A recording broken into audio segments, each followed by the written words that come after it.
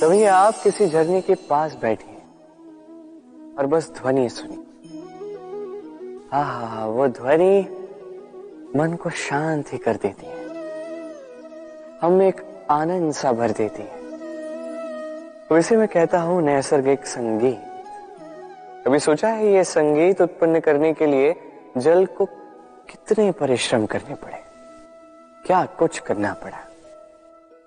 सोचिए वो जल कहां कहां से गिरा होगा, किन किन चट्टानों से जाके टकराया होगा, कैसी तीक्ष्ण रेखाओं का सामना किया होगा, उसे कैसे लांघा होगा, अपने तन में समाहित उन पत्थरों से कैसे संघर्ष किया होगा, कैसे आगे बढ़ा होगा। सोचिए ये सब होने के पश्चात ही ये संगीत सुनना संभव था। ये झरने का ये सुंदर संगीत आपके कान तक कभी पहुंचता ही नहीं यदि उस जल का विरोध करने वाले पत्थर ना होते। इसका तात्पर्य क्या है?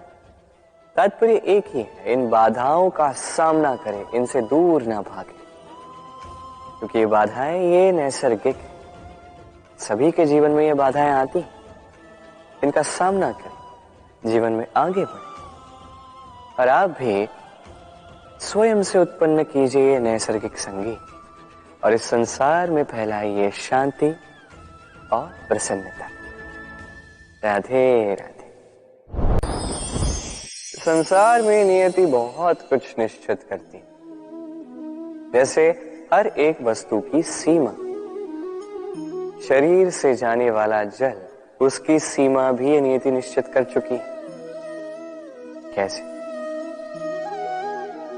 देखिए, यदि आपने उचित समय पर परिश्रम करके अपना पसीना नहीं बहाया तो कुछ समय पश्चात आपको अश्रु अवश्य बहाने होंगे, क्योंकि सब कुछ यदि भाग्य से मिल भी जाए उसे कर्म से रक्षित करना पड़ता है। यदि परिश्रम करते रहोगे तो जो पाया है उसे सहेज कर रख पाओगे और जो आप पाना चाहते हैं वो अवश्य पा लोगे। किंतु यदि परिश्रम से दूर रहे तो जो पाया है उसे तो खो ही दोगे और जो पाना चाहते हैं उसका तो प्रश्न ही नहीं होता, और बहाओगे तो केवल अश्रु। अब चयन आपका है, क्या बहाना चाहेंगे, पसीना या अश्रु? राधे राधे। इस जीवन में मनुष्य केवल 3 चीजों के पीछे भागता है, छाया अर्थात सहारा, संबंध, काया अर्थात सुंदर सुबल शरीर, और तीसरी मां अर्थात ऐश्वर्य। अब अचंभित करने वाली बात यह है कि समय आने पर यही 3 वस्तुएं हैं जो सबसे पहले आपका त्याग करती है। अंधकार में छाया आपको त्याग देती है, बुढ़ापे में काया आपको त्याग देती है, और अंत में ये माया भी आपको त्याग ही देती है। ये कुछ काम नहीं आता जिसके पीछे आप जीवन भर दौड़े जा रहे थे। यदि कुछ काम आता है तो वो है आपका प्रेम पूर्ण व्यवहार जो आपने संसार को दिया। ये प्रेम ही है जो अंधकार में दिया बनकर आपको प्रकाश देगा। ये प्रेम ही है जो बुढ़ापे में हाथ बनकर आपको शक्ति देगा, सहारा देगा। और जब आपके पास धन नहीं होगा तो यही प्रेम आपको संयोग देगा। इसलिए इस जीवन में यदि कुछ कमाना है तो केवल प्रेम कमाएं। यदि आप भी मेरी बातें दूर की सोचते हैं तो केवल प्रेम कमाएं, और आप इसी प्रेम के साथ कहिए राधे राधे। सत्य और असत्य दोनों में अंतर क्या है? अंतर है तो केवल अक। अब अ से होता है आरंभ, अ से होता है अंत। सत्य वो है जहां सारे मार्गों का आरंभ होता है, असत्य वो जहां सारे मार्गों का अंत होता है। अब इनके पाव तो नहीं होते, किंतु फिर भी ये निशान छोड़ ही जाते हैं। सत्य वो निशान छोड़ता है जो एक उत्तम उज्जवल उदाहरण बनता है, और असत्य वो उदाहरण छोड़ता है जो एक कलंकित इतिहास बन जाता है। अब आप आने वाले समय के लिए कौन सा निशान छोड़ेंगे? निर्णय पूर्णतः आपका है। राधे राधे। कभी दीपक जलाते जलाते आपका हाथ जला है? एक बार स्मरण कीजिए वो अनुभव। अब भी मन में पीड़ा की एक लहर ऐसे दौड़ जाएगी। कभी चलते चलते पांव में कांटा चुभा है?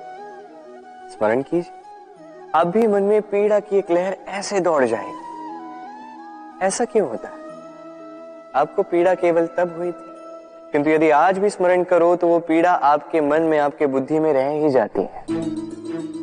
ऐसा क्यों होता है कि जीवन में जब भी हम पीड़ा का अनुभव करते हैं, तत्पश्चात कहीं ना कहीं उस पीड़ा को हम अपने साथ लेकर चलते हैं? कारण एक ही है, चिंता।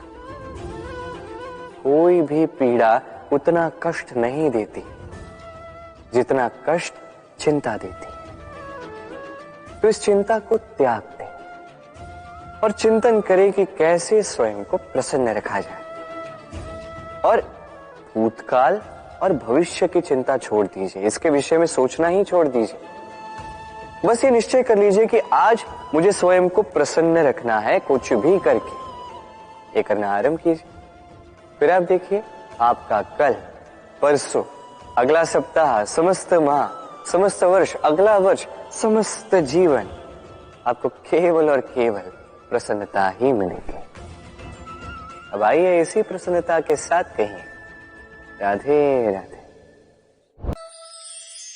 कभी आपने सोचा है हमें जीवा के साथ साथ कान क्यों मिले?